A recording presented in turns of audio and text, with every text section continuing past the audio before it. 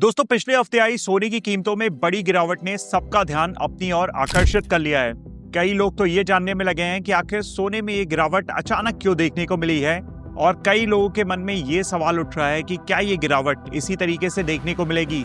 क्या आने वाले समय में सोने के दाम अब सस्ते होने वाले हैं? एक्सपर्ट क्या बताते हैं, इस वीडियो में आपको सब कुछ डिटेल में बताने वाला हूँ। यही कहूंगा, वीडियो को अंत तक जरूर देखिएगा। पसंद आए तो वीडियो को लाइक जरूर करिएगा, चैनल को सब्सक्राइब करिएगा अगर आप पहली बार इस चैनल को देख रहे हो। पिछले हफ्ते भारत में एमसीएक्स पर सोने के दामों में 2.5% की बड़ी गिरावट देखने को मिल गई।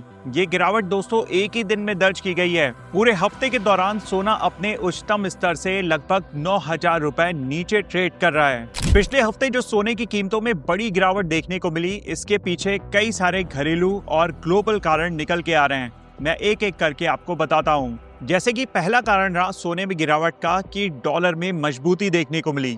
आप हमेशा देखेंगे कि डॉलर और सोने की कीमतों में एक अलग तरीके का रिलेशन होता है। मतलब जब सोने की कीमतें बढ़ना शुरू होती हैं, तब डॉलर के प्राइस गिरने लग जाते हैं। आप पिछले कई दिनों से देख रहे थे कि डॉलर वीक होता जा रहा था, टूटता जा रहा था, लेकिन अब जब डॉलर ने मजबूती पकड़ी है तो सोना यहाँ पे गिरना शुरू हुआ है। सोने की गिरावट का दोस्तों दूसरा कारण था कि बॉन्ड यील्ड में बढ़ोतरी देखने को मिली।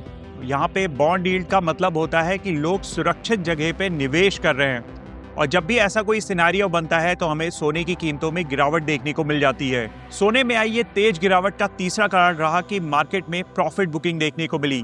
दरअसल इक्विटी मार्केट में तो उतार चढ़ाव बना ही हुआ है, लेकिन अभी कई देशों के आर्थिक डेटा उम्मीद के मुताबिक नहीं आए, जिसकी वजह से हमें गोल्ड में प्रॉफिट बुकिंग देखने को मिल गई। और एक और कारण रहा दोस्तों इस गिरावट का कि बिहार में जिस तरीके से बीजेपी ने परफॉर्मेंस दिखाई है, एक तरफा जीत की वजह से भी सोने में गिरावट देखने को मिली। दरअसल जब भी कुछ ऐसा होता है जो मार्केट ने प्रेडिक्ट ना किया हो, ऐसी चीजें जब भी हो जाती हैं तो हमें इसका असर मार्केट के ऊपर देखने को मिल जाता है। शायद यही कारण रहा, जब बीजेपी की जीत की खबर मार्केट में आती है तो वहीं से सोने की कीमतों में गिरावट शुरू हो गई। अभी भारत में त्योहारों का दौर तो खत्म हो चुका है, लेकिन शादी के सीजन की शुरुआत हो चुकी है। ऐसे में सोने और चांदी की डिमांड फिर से बढ़ने की उम्मीद है। आमतौर पर इस समय ज्वेलर्स की मांग बढ़नी शुरू होती है। ऐसे में यहाँ उम्मीद जताई जा रही है कि आने वाले दिनों में घरेलू बाजार की फिजिकल डिमांड फिर से धीरे धीरे बढ़ सकती है। इसी मांग की वजह से सोने और चांदी के दाम में हमें फिर से उतार चढ़ाव देखने को मिल सकता है।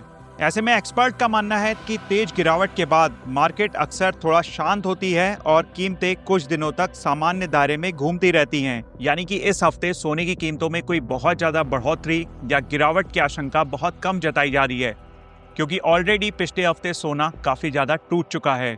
तो कुल मिलाकर सोना 8 से 10,000 रुपए सस्ता जरूर हुआ है, लेकिन अभी भी मिडिल क्लास की पहुंच से बाहर है। आप सोने की कीमतों को लेकर क्या सोचते हैं, मुझे कमेंट करके जरूर बताइएगा। क्या आने वाले समय में सोने की कीमतें 1 लाख के नीचे आएंगी? आपका क्या मानना है? आप अपनी राय मुझे कमेंट सेक्शन में दे सकते हैं। इस वीडियो में दोस्तों इतना ही रखता हूं, फिर मिलता हूं अगले वीडियो में। This is me Shalabh Dixit, signing